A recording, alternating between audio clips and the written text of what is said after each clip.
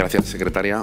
Gracias también a don José por su presentación al comienzo del desayuno. Y bueno, hay distintas preguntas, pero por empezar una de actualidad. Hoy es 12 de marzo, hace 4 días, fue el 8 de marzo, el Día de la Mujer. Es una pregunta muy directa, es sobre la famosa brecha salarial que usted ha comentado también, si existe la brecha salarial, sobre todo en la PYME, que es el principal agente creador de empleo en nuestro país, en España, y también en la administración pública, donde ahí pues el propio gobierno puede regular que no haya brecha salarial. Y en este sentido, si existe, ¿qué puede hacer la administración para eliminar esta brecha de género, tanto en nuestras empresas y si existe también en la administración? Claro. Esa es la pregunta. Sí. Está abierto ya. Esto está abierto, ¿no? Sí, gracias.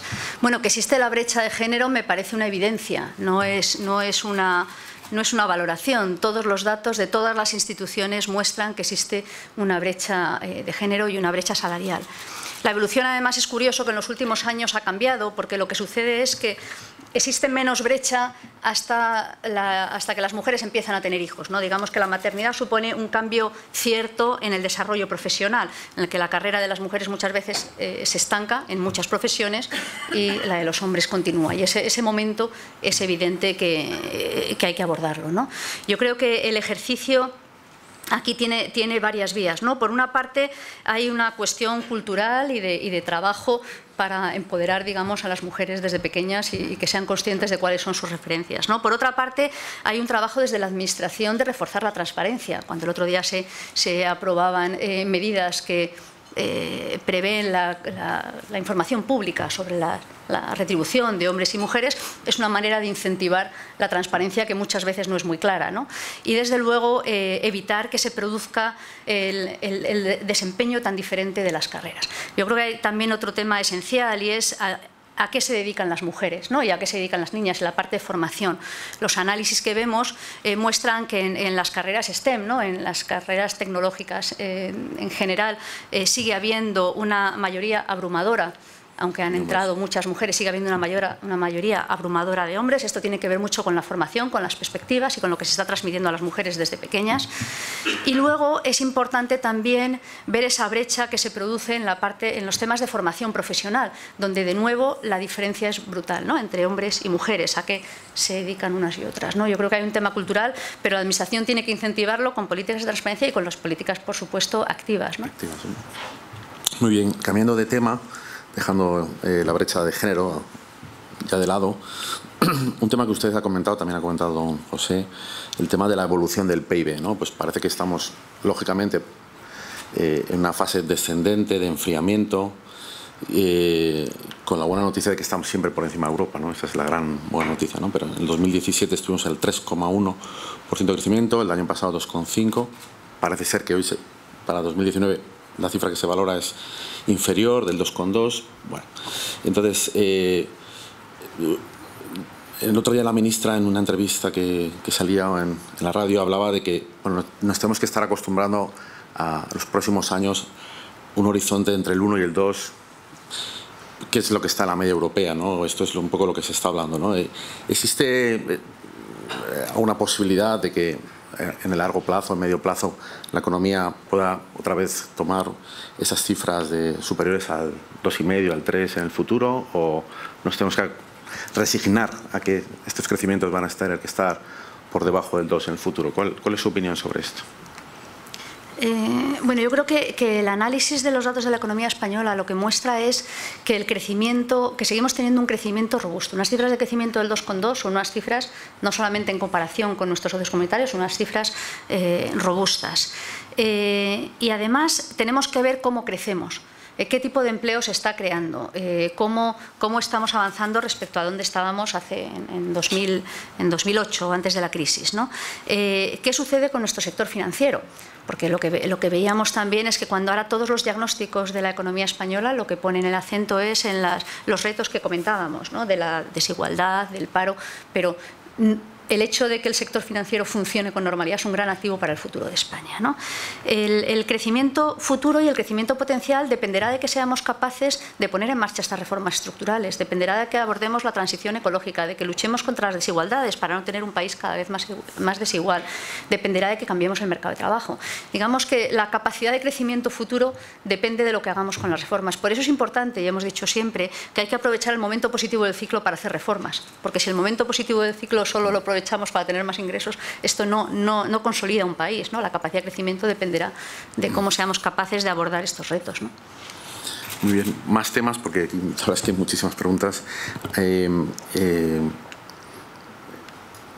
La cuestión sobre el déficit, ¿no? Pues aquí tengo una pregunta concreta aquí atrás.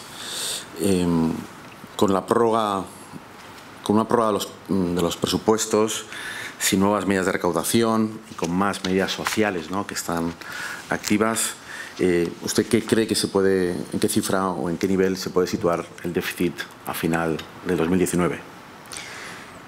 Bueno, yo creo que lo primero que es importante destacar es el esfuerzo de consolidación fiscal, ¿no?, y la apuesta que se está haciendo por el ajuste fiscal, ¿no? Hemos dicho desde el principio que era mucho mejor opción para el país aprobar los presupuestos que no aprobarlos, que los presupuestos incluían un ajuste relevante en nuestras finanzas públicas y que eran una apuesta sostenida por la estabilidad. Pero lo que tenemos que ver también es cómo se han desarrollado los acontecimientos hasta ahora, ¿no? En 2018 heredamos un presupuesto que, como señalaba antes, lo primero que se hizo fue ver hacer un ejercicio independiente y externo de cuál era la cifra en junio que se estimaba de cierre del ejercicio presupuestario, de forma que no fuera una posición de gobierno, sino una posición externa. Y la AIREF, la Autoridad Independiente de Responsabilidad Fiscal, estimó en el mes de junio que el presupuesto que teníamos sobre la mesa nos llevaría a un déficit del 2,7%. Bien, todas las medidas que se han tomado a lo largo del 2018, que son medidas que han supuesto ajuste de partidas, ajustes de prioridades, hacer algunas cuestiones en el ámbito social, se han hecho dentro de ese marco presupuestario y no nos hemos desviado de la cifra. De forma que hay un tema de establecimiento de prioridades, de cómo se hace la gestión de las cuentas públicas. Lo mismo sucederá en 2019. En 2019, como hemos dicho, sin presupuesto el déficit se irá entre el 2,2 o 2,4%, porque tenemos que gestionar el presupuesto que tenemos. Pero ahí lo que tenemos es, por una parte, a final de diciembre se aprobó un decreto ley en el que se preveían algunas medidas de ingreso, algunas medidas que refuerzan la parte de ingresos en cotizaciones a seguridad social. La propia subida del salario mínimo afecta a los ingresos. Por otra parte, se continuará haciendo una gestión presupuestaria controlada, como se ha hecho en 2018, y que es la apuesta en la que estamos. Y me parece también esencial continuar con la gestión adecuada de la tesorería y de las finanzas y de la parte de la emisión. El año pasado ahorramos, al final la emisión neta fue 5.700 millones de euros menos de la prevista inicialmente y amortizamos 8.000 millones de euros del MEDE, de forma que la gestión que se hizo por la parte de Tesoro fue enormemente eficiente. En 2018 hemos ahorrado 1.500 millones de euros en intereses de la deuda respecto a lo previsto. Los 1.500 millones de euros que no se destinan a pago de intereses se pueden destinar a políticas que el país necesita, que es lo que estamos haciendo, dentro del mismo marco presupuestario y del esfuerzo de ajuste de las finanzas, ¿no? Muy bien, seguimos con las preguntas. Hay un periodista que está aquí en la sala que le pregunta si va a haber un real decreto ley para incrementar las entregas a cuenta a las comunidades autónomas, que es de más de 6.000 millones. Esa es la pregunta. Yo no tengo esa información. No tienes información. En economía tenemos mucha información, pero no toda. Fenomenal. Sobre el salario mínimo profesional, ¿no? Usted pues ha citado y lo has puesto con mucha claridad los motivos que provocan, ¿no?, la aparición de este incremento bastante potente, ¿no?, del salario mínimo, ¿no?, que busca sobre todo equipararnos con esa media del salario europeo, ¿no?, que estaba muy por debajo, ¿no? Una medida lógicamente positiva va a ser lo que usted comentaba hace un momento, ¿no?, el aumento de la recaudación, del IVA, del IRPF en sociedades, ¿no?, las cotizaciones. Va a haber más renta en los bolsillos de estas personas que les aplica el incremento del salario, pero también hay una lectura también no tan positiva. Por ejemplo, el Banco de España en su último boletín pues habla lógicamente de un impacto en la inflación, en el empleo. También, según el Banco de España, pues se prevé una rebaja, ¿no?, en la creación de empleo de 3 décimas. Incluso hay algunos estudios. Perdón, el secretario de Estado de Seguridad Social decía que también iba a tener un impacto en algunos de los sectores, ¿no? Aquí tengo pues impacto negativo, ¿no? El sector agrario, servicios, comercio, minorista, limpieza. Y luego otros estudios que también hablan de ese impacto negativo. Pues en el corto plazo, en este año, pues si no aumenta la productividad, esto es importante, y aumenta el salario, pues puede afectar a entre 20 y 75.000 puestos de trabajo, y en el medio plazo hasta 160.000 empleos. Entonces, bueno, esto es un mundo de bola de cristal, no sabemos lo que puede ocurrir, ¿no? Pero bueno, hay dos lecturas, una que usted dice muy buena, y luego pues hay otra cara de la moneda que puede ser negativa según y cómo evoluciona la economía, y que también hay que tener en cuenta, ¿no? ¿Usted cómo valora todo esto? Bueno, yo creo que cuando se toma la decisión se analizan todos estos factores. Lo que se ve es cómo han evolucionado el salario mínimo respecto a cómo han evolucionado otras variables en la economía, qué sucedió con los márgenes empresariales, cómo el salario mínimo se ha ido alejando de la referencia europea y qué impacto tiene esto en la sociedad española. Lo que tenemos es una situación, como señalaba antes, de un elevado número de trabajadores pobres, que nos ha puesto de manifiesto la OCDE de forma reiterada. Hay muchas personas que trabajan pero no pueden gestionar su vida, no pueden desarrollar su vida de manera razonable, ¿no? Y esto es un tema que obviamente nos tiene que preocupar. El ejercicio, vamos a ver cómo evoluciona, ¿no? Yo creo que hay que hacer un análisis sobre el conjunto de la economía. ¿Qué impacto tiene este salario sobre cotizaciones, sobre consumo, sobre el mantenimiento de la actividad, sobre la desigualdad?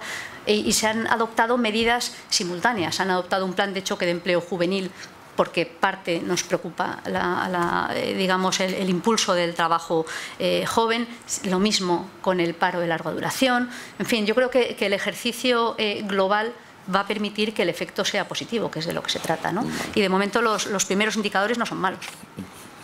Fenomenal. Hablando también ahora, saliéndonos un poco de España, y usted también lo ha citado, ¿no? Estamos inmersos, ¿no?, en dos que nos afectan, ¿no?, y de hecho a la Unión Europea, ¿no?, la parte de esta guerra comercial abierta entre los dos grandes países actuales desde el punto de vista económico, tanto China como Estados Unidos, que genera una situación de incertidumbre, y esa predictibilidad de nuestro entorno se va a ver afectada, lógicamente, porque estamos ahora cada vez más expuestos al comercio internacional, y sobre todo el Brexit también, ¿no? Tenemos nuestro saldo comercial con el Reino Unido, las inversiones, todo ese enorme contingente de turistas británicos que vienen a España, que invierten en España, que compran activos inmobiliarios en nuestro país. ¿Cómo ves también esta evolución? Porque el Brexit es una cosa de ya mismo, ¿no? Entonces, ¿cómo puede afectarnos esto a nosotros y qué se puede hacer? Los dos temas. Bueno, como señalaba antes, el ejercicio, el avanzar en una línea proteccionista es una dirección que está claro que no ha funcionado nunca, y lo que genera es incertidumbre, reducción de las operaciones comerciales y no mejora el crecimiento económico, de forma que esta vuelta atrás que supone donde estamos en algún momento se tendrá que revertir, ¿no? Porque yo creo que no beneficia a nadie. Respecto al Brexit, de nuevo es un fracaso. El ejercicio de que un país abandone una unión, yo creo que no beneficia a nadie, que somos más potentes siempre juntos, y lo que se están es tomando medidas para limitar el alcance para la economía española. Se ha aprobado un decreto ley con una serie de medidas de prevención ante una posible salida de la Unión Europea, de un Brexit duro, digamos. Se toman medidas que permitan la continuidad de las operaciones comerciales, la continuidad de los derechos y obligaciones de las empresas británicas que prestan servicios en España, de las españolas que prestan servicios allí, en todos los ámbitos, en el financiero, en el comercial, en los seguros, de forma que nos permita tener un marco jurídico estable y claro, y luego habrá que ir viendo cómo evoluciona, ¿no? Pero yo creo que el ejercicio que se ha hecho, que además se ha hecho de manera coordinada en el seno de la Administración y de forma conjunta por todos los ministerios, permite que en los distintos ámbitos tengamos el marco claro ante estos tiempos de incertidumbre. Esta semana había varias votaciones, ¿no?, en el Parlamento británico. Veremos a ver cómo acaba la cosa, ¿no? Muy bien. Hay una persona que está aquí en la sala, que es Javier Olachea, que es director del Instituto de Actuarios de España, y dice lo siguiente: el Gobierno ha presentado la Agenda 2030 y, entre otras medidas, hay dos que destacan. Por una parte está la mochila asiática, que parece que se descarta, que es la creación de este fondo para fomentar la movilidad de trabajadores. la cotización por despido que va a la jubilación si no se utiliza. Y luego la segunda medida, la promoción de sistemas PSC, previsión social complementaria en empresas, lo que se conoce como Pilar 2. Y la pregunta es, ¿cómo va a incentivar el Gobierno que más empresas implementen estas medidas de PSC, de previsión social, en un tejido empresarial tan atomizado donde el 95% del empleo es creado por pymes? Bueno, yo creo que habrá que establecer mecanismos que nos permitan transitar en esa dirección. Yo creo que hay en la agenda del cambio se incluyen efectivamente la mochila austriaca y estas medidas que avancen, y en el conjunto de la reforma del sistema tenemos que ver con el Ministerio de Trabajo, con Seguridad Social, cuáles son las medidas más adecuadas, ¿no? Tenemos que ir definiendo. Vale. Hay otra pregunta, bueno, un tema que hace unas semanas tuvo un cierto ruido en los medios, el tema de la doble tributación, ¿no? Sobre todo se estaba pensando en esas multinacionales españolas que que pagan impuestos en el país de origen y que cuando traen los dividendos a España deben supuestamente pagar otra vez, ¿no? Esto se creó un poco de polémica, creo que fue en enero. Creo que la presidenta del Banco Santander lo citó. ¿Cuál es su opinión sobre este tema de la doble tributación? Bueno, yo creo es un tema de Hacienda, ¿no? Pero bueno. Sí, yo creo que le podemos preguntar a la secretaria de Hacienda, ¿no? Pero vamos, en principio España tiene acuerdos de doble imposición firmados con un elevadísimo número de países y esos acuerdos están funcionando y las empresas están desarrollando su actividad internacional. Si vemos cómo ha evolucionado la actividad internacional de las empresas, como decía, en los últimos 10 años, el crecimiento no indica que haya un problema. Lo que está indicando es que hay cada vez más actividad y que las empresas están desarrollando su trabajo fuera y que están además obteniendo en gran parte beneficios de su actividad exterior, ¿no? De forma que yo creo que los convenios de doble imposición son desde luego una herramienta internacionalmente aceptada y en la que España ha estado trabajando y sigue trabajando para acabar con acuerdos con otros países que no tenemos, ¿no? No creo que haya habido un cambio, ¿eh? No. Hay otra pregunta que, bueno, también con también el mismo nivel de ruido, ¿no? La famosa tasa Google o GAFA, ¿no? La que se aplica a empresas como tecnológicas muy potentes que tributan también a veces en otros países, a las famosas Apple, Facebook, Amazon, y que, bueno, pues parece que se va a instalar en Europa, que está y bueno, también tiene su impacto, ¿no? Porque luego al final estas empresas también generan, ¿no? Aunque no sean europeas en origen, pero también generan riqueza, también generan empleo, dinamizan la economía. ¿Está justificado? Esto es una pregunta que también se le hizo a Paco Polo, al secretario de Estado de Avance Digital. Él lo justificó plenamente. ¿Cuál es su opinión sobre esta tasa Google famosa, ¿no? Bueno, yo creo que, como bien dice, estas empresas generan riqueza, generan empleo, generan beneficios, generan actividad. Entonces, lo que tenemos que avanzar es en una fiscalidad del siglo XXI, que no puede gravar solamente a las empresas que tienen modelos de negocio del siglo XX.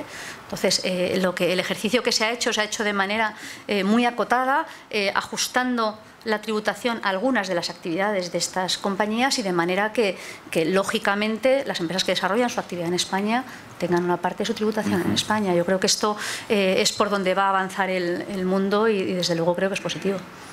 Bien, otra pregunta también, que no es de su ámbito, pero como impacta a la economía se la tengo que hacer, ¿no? El tema, se ha hablado mucho, el PSOE tiene un acuerdo con Podemos en cuanto a fijar topes en los precios de alquiler de los pisos. También estuvo aquí hace unas semanas el secretario de Estado de Infraestructuras y Vivienda, Pedro Saura, y contestó que, bueno, pues se tiene primero que ver cuáles son los índices de crecimiento. También dijo que son las comunidades autónomas las que tienen competencia sobre esta cuestión. Pero al final lo que estamos hablando es de una intervención desde arriba en los precios de un mercado libre y que, bueno, pues puede afectar al bolsillo y al patrimonio de los ciudadanos, ¿no? Entonces, ¿cree usted que esto tiene sentido? ¿Cuál es su opinión sobre esta intervención en el precio del alquiler de los pisos? ¿Cómo valora esto? Bueno, yo creo que en el mercado de vivienda se ha producido una situación en los últimos años que se ha generado, por una parte, incertidumbre y por otra parte, una situación de dificultad de acceso a la vivienda por muchas personas y, por tanto, como poderes públicos tenemos que controlar la incertidumbre y que incidir en el acceso a la vivienda, que es un derecho fundamental. En la parte de la incertidumbre, yo creo que ha sido muy positivo a lo largo de estos meses que se haya conseguido cerrar la ley de crédito inmobiliario. Como sabes, una ley que se tenía que haber traspuesto en el año, o sea, una directiva del año 2013 que no se había ido transponiendo porque supone tomar decisiones complejas y se ha ido, digamos, demorando el proceso. Se ha conseguido cerrar. Yo creo que esto, en primer lugar, va a dar certidumbre al sector y yo creo que es importante en la parte de financiación para el acceso a la vivienda, que es un mercado que en España ha funcionado muy bien y que no podemos cambiar, ¿no? La certidumbre va a funcionar. De hecho, en la multa por la no transposición de la directiva que teníamos en ciernes era de 105.000 euros diarios. Y yo creo que este país no se puede permitir eso, no solamente porque estemos convencidos de que hay que trabajar por la estabilidad presupuestaria, sino porque es un disparate, ¿no? La primera cuestión, por tanto, es dar más seguridad jurídica en las personas que necesitan acceso para comprar una vivienda o para acceder a la vivienda. Luego hay otra parte en la que el Estado sí puede intervenir y es en dar mayor seguridad y certidumbre al inquilino. Y en eso es lo que se ha actuado, en reforzar cómo son los contratos, qué tipo de garantías se pueden hacer. Y eso hay una parte, digamos, que requiere la intervención de los poderes públicos. Igual que requiere la intervención para incentivar la oferta. Un mercado profesional de alquiler es imprescindible. Y la norma que se está y en lo que se está trabajando con el Ministerio de Fomento es en poner en marcha medidas para el fomento del alquiler. Y lo que yo creo que es importante de todas maneras es tener información y tener estos índices de precios, que es donde estamos y lo que se ha aprobado, lo que nos van a permitir es tener información cierta sobre el desarrollo del sector, sobre las diferencias entre unos sitios y otros, porque no es un problema que afecte de igual manera a todas las poblaciones, ¿no? Yo creo que es importante centrarnos en actuar en aquellas cosas en las que tenemos que actuar, ¿no? Ya vamos terminando, porque ya es casi la hora. Bueno, el mapa financiero español, que también se ha citado aquí, ¿no? Pues ha sufrido en los últimos 10 años una revolución absoluta, ¿no? Hemos tenido de todo, ¿no? Se ha reconvertido el mercado, ha habido concentraciones, han desaparecido entidades, ha habido quiebras, adquisiciones, la banca extranjera ha perdido peso. Bueno, lo que yo estudié al menos en el sistema financiero en la facultad, desde luego no tiene nada que ver hace 20 años, 25 años con ahora, ¿no? Entonces, la pregunta es, bueno, tenemos un mercado más concentrado, claramente, y en su opinión como economista, también como secretaria de Estado, ¿cómo es ese mapa financiero al que vamos? Si usted cree que es óptimo el tamaño de las entidades financieras en este momento para poder ser competitivo, y si luego también como ciudadanos nos encontramos con una oferta financiera interesante como para poder tomar decisiones de una forma más libre, en libre competencia, ¿no? ¿Cuál es su visión sobre cómo se encuentra y cómo va a evolucionar esta situación del sistema financiero en los próximos años? Bueno, yo creo que el sistema financiero lo que ha evolucionado es de una manera muy positiva, ¿no? Si vemos dónde estábamos hace unos años, cuando estalló la crisis, dónde estamos ahora, el ejercicio de concentración, el ejercicio de apuesta por ganar competitividad, por la mejora de la rentabilidad, por ajustar el sector es evidente. Yo creo que es muy positivo que si analizamos los informes que hacen el Fondo Monetario, la OCDE, la Unión Europea de la economía española hace 10 años y el que hacen ahora, pues hace 10 años el foco estaba centrado en el sector financiero y ahora la única cuestión que había pendiente del sector financiero era la creación de la autoridad macroprudencial, que España era, junto con Italia, el único país que no había creado la autoridad. Entonces, la autoridad macroprudencial es una pieza, me parece, esencial, porque lo que hace es, en un mundo cada vez más globalizado, en el que la interdependencia en el sector financiero cada vez es más líquida, hay más relación entre la parte financiera de seguros, los mercados, lo que nos permite esta autoridad es un trabajo conjunto para tener más información, para prevenir situaciones y para digamos, anticiparnos al futuro, ¿no? Entonces, yo creo que es muy positivo que, por una parte, todo el diagnóstico es positivo respecto al sector financiero, no solamente en España, sino el diagnóstico que hacen las demás instituciones sobre cómo han avanzado los NPLs, cómo ha avanzado la solvencia y los activos del sector financiero. Se ha reducido la morosidad, digamos, todos los indicadores del sector yo creo que son positivos, y lo que tenemos es que tener mecanismos de trabajo conjunto que no dejen el sector financiero bancario aparte, el de mercado de valores, el de seguros, sino que tenemos una aproximación integrada, ¿no? Que es lo que hace la autoridad macroprudencial, que era lo único pendiente, digamos, como reto y en el que tenemos que seguir trabajando, ¿no? Muy bien, pues son exactamente las 10. Nosotros tenemos siempre el objetivo, ¿no?, de ser puntuales para comenzar y para terminar, y entonces quiero darles las gracias, ¿no? Que iba a hacer una pregunta trampa de si el año que viene la vamos a ver aquí otra vez, si la podemos invitar, pero usted no es político de partido, no le voy a poner en esa situación, sé que va a seguir en el Ministerio en cualquier caso, entonces en cualquier caso, pues nada, darle las gracias por haber respondido a nuestra invitación a Executive Forum, también a Ibercaja y a todos ustedes por habernos acompañado esta mañana aquí en este desayuno. Muchas gracias. Muchas gracias.